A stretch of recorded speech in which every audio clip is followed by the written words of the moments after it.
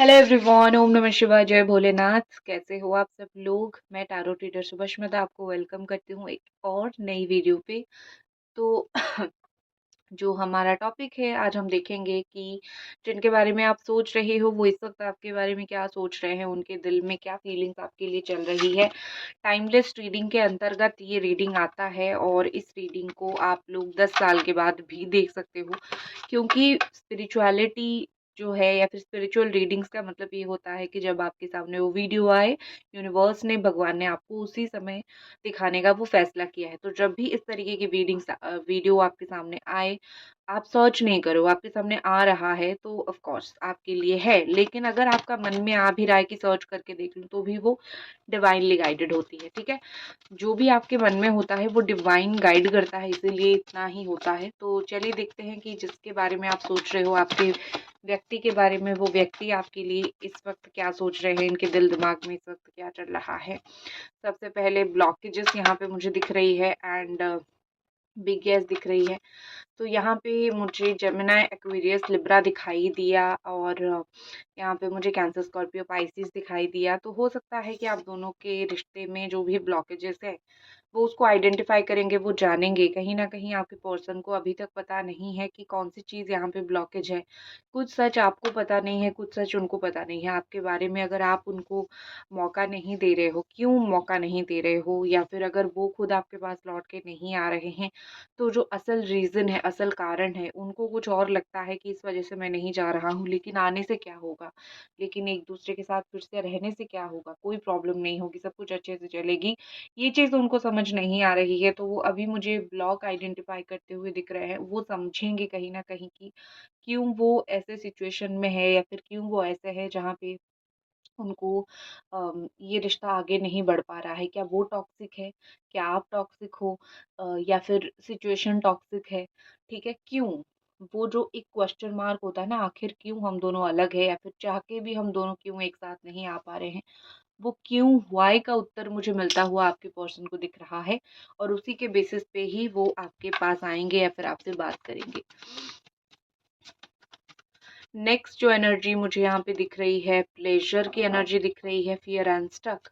देखो यहाँ पे again cancer, Scorpio, Pisces energy है and Gemini, Aquarius, Libra and Aries, Sagittarius, Leo. उनको ब्रोकन हार्ट है वो।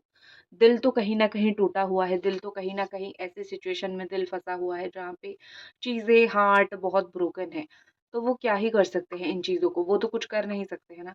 तो इसी वज़ह से ये पर्सन बहुत ज़्यादा फ़ियर में है कि मैं क्या करूँ, ठीक है? ब्रोकन हार्ट लेके चल रहे हैं, हील नहीं हो पा रहे हैं, उनको समझ नहीं आ रहा है कि इस रिश्ते को कैसे हील करूँ, तुमको कैसे हील करूँ, तुम्हें जो हर्ट किया है, तुमको किस तरीके से हील करूँ? क्या बोलने से तुम हील हो जाओगे, या फिर क्या बोलने से तुम मेरे ऊपर फिर से बिलीव करना शुरू करोगे? उनका मेन जो है, बहुत समय से उनके दिमाग में यही एक्चुअली चल रहा है, मेरा क्या बोलने से तुम मेरे ऊपर खुश हो सकते हो, या फिर मैं तुमको क्या ही बोलूँ जिससे तुम अगेन मेरे ऊपर बिलीव कर सकते हो। क्योंकि मेरे मन में पहले खोट था, या फिर पहले मैंने तुम्हारे साथ जो किया तो किया, लेकिन अभी मेरे दिमाग में तुम्हारे लिए कुछ भी बुरा नहीं है।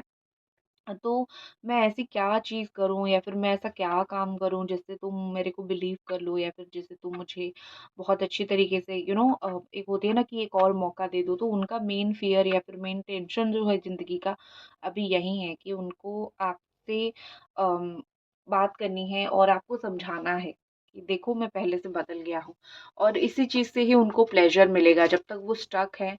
और उनको एक डर भी है कि तब तक आपकी शादी कहीं और ना हो जाए, जब तक आप गुस्सा होके कहीं और शादी ना कर लो, गुस्सा होके किसी और के साथ रिलेशनशिप में ना आ जाओ, या फिर ज़िंदगी में कुछ ऐसा फैसला ले लो कि जिससे उनको एंट्री मिलना बंद हो जाए आपकी लाइफ में। तो इस तरीके की है, और वो खुद कुछ गुस्से में ऐसे कुछ डिसीजंस ना ले ले, या फिर वो खुद दुखी होके कुछ डिसीजन ऐसे ना ले ले। तो है उनके दिमाग में काफ़ी सारी चीज़ें, काफ़ी सारी बातें हैं। फ़ियर स्ट्रक मुझे एनर्जी यहाँ पे कहीं न कहीं दिखाई दे रही है। तो इस चीज़ से जब तक वो बाहर नहीं निकलते हैं, वो खुश नहीं हो पाएँगे, उनको वो प्लेज़र नहीं मिल पाएगा।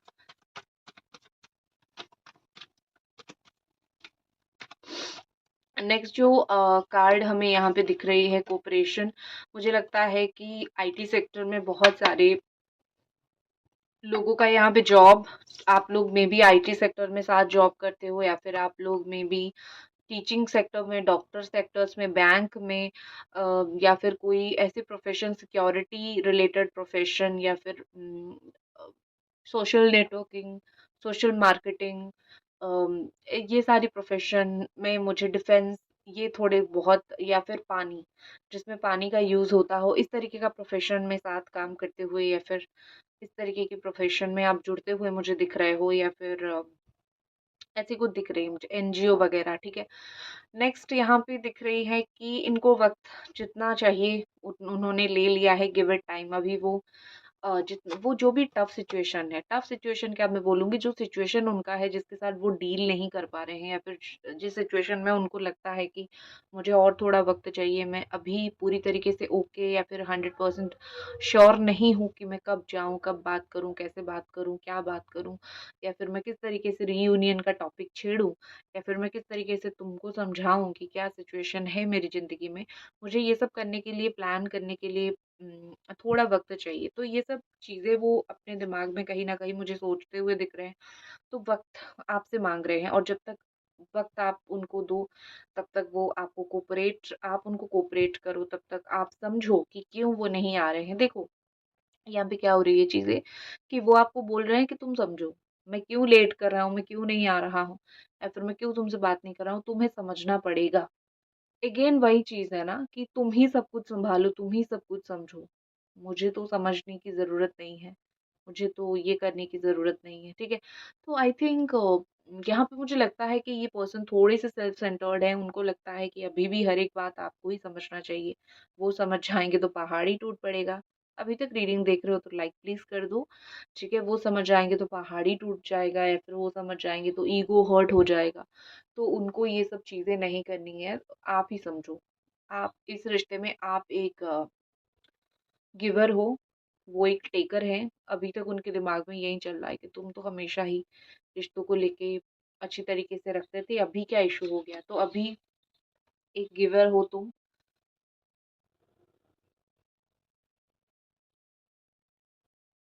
जैसे रिश्ते में 100% देते थे, अभी भी दे के चलो, और कोऑपरेट करके चलो मुझे। उनका यही है कि आपको आके माँगेंगे भी नहीं कि प्लीज़ मुझे कोऑपरेट करो, या फिर प्लीज़ चीज़ों को समझो, आके समझाएँगे भी नहीं आपको।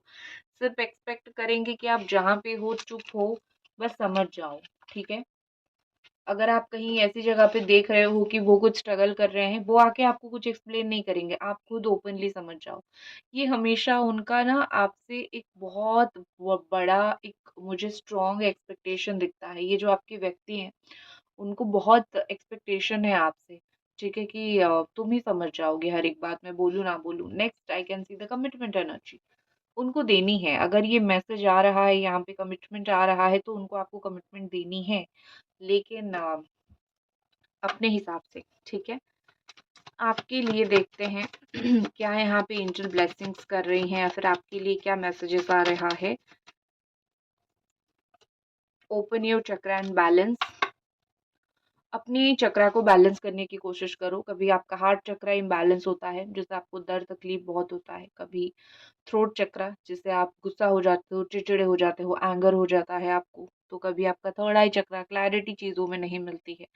तो कभी आपका रूट चक्रा। तो चीज़ें बैलेंस, देखो एक्टिवेट होना बहुत मुश्किल है, बहुत सिद्धियाँ करनी पड़ती है चक्रा को एक्टिवेट करने के लिए, ठीक है? लेकिन आप बैलेंस तो कर सकते हो ना, करेक्ट? आप चक्रा को बैलेंस ऐसे कर सकते हो जैसे कि आपको प्रॉब्लम ना दे। तो सबसे बेस्ट सुइटेबल तरीका है 7 चक्रा का ब्रेसलेट। मैंने ये पहन रखा है, आप देख सकते हो।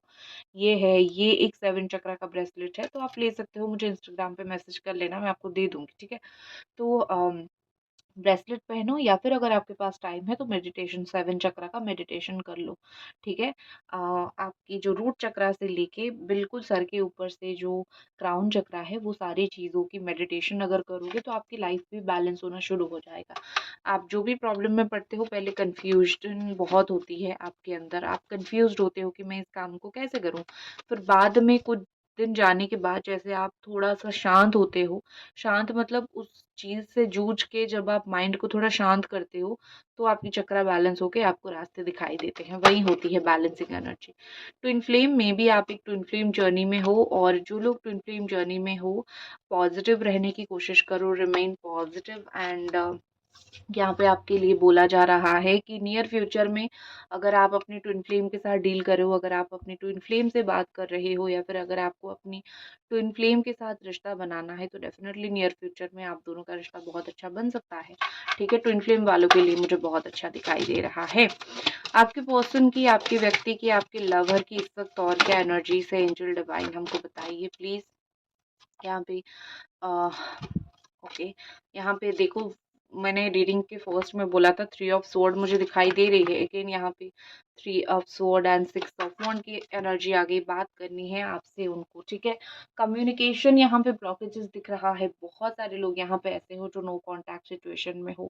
आपकी ये नो कांटेक्ट सिचुएशन आपके पर्सन को कहीं ना कहीं, मैं बोल सकती हूँ कि उनको बड़ा ही दर्द देता है, ठीक है। वो बहुत पेनफुल सिचुएशन से गुजर रहे हैं। लेकिन मैं आपको एक चीज़ बोलती हूँ, जब जब आप किसी को देखते हो कोई पीड़ा सहते हुए, दुख सहते हुए, दर्द सहते हुए, आप इतना 100% गारंटी के साथ समझ जाओ कि वो पर्सन अपना कर्मा रिलीज कर रहा होता है, रो रहा होता है।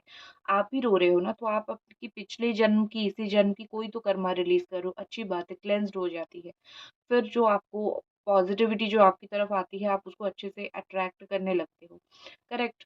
तो यही होता हुआ मुझे दिख रहा है। आपसे डिटैच होकर कुछ दर्द उनको भी सहना पड़ रहा है, कुछ दर्द वो भी सह रहे हैं।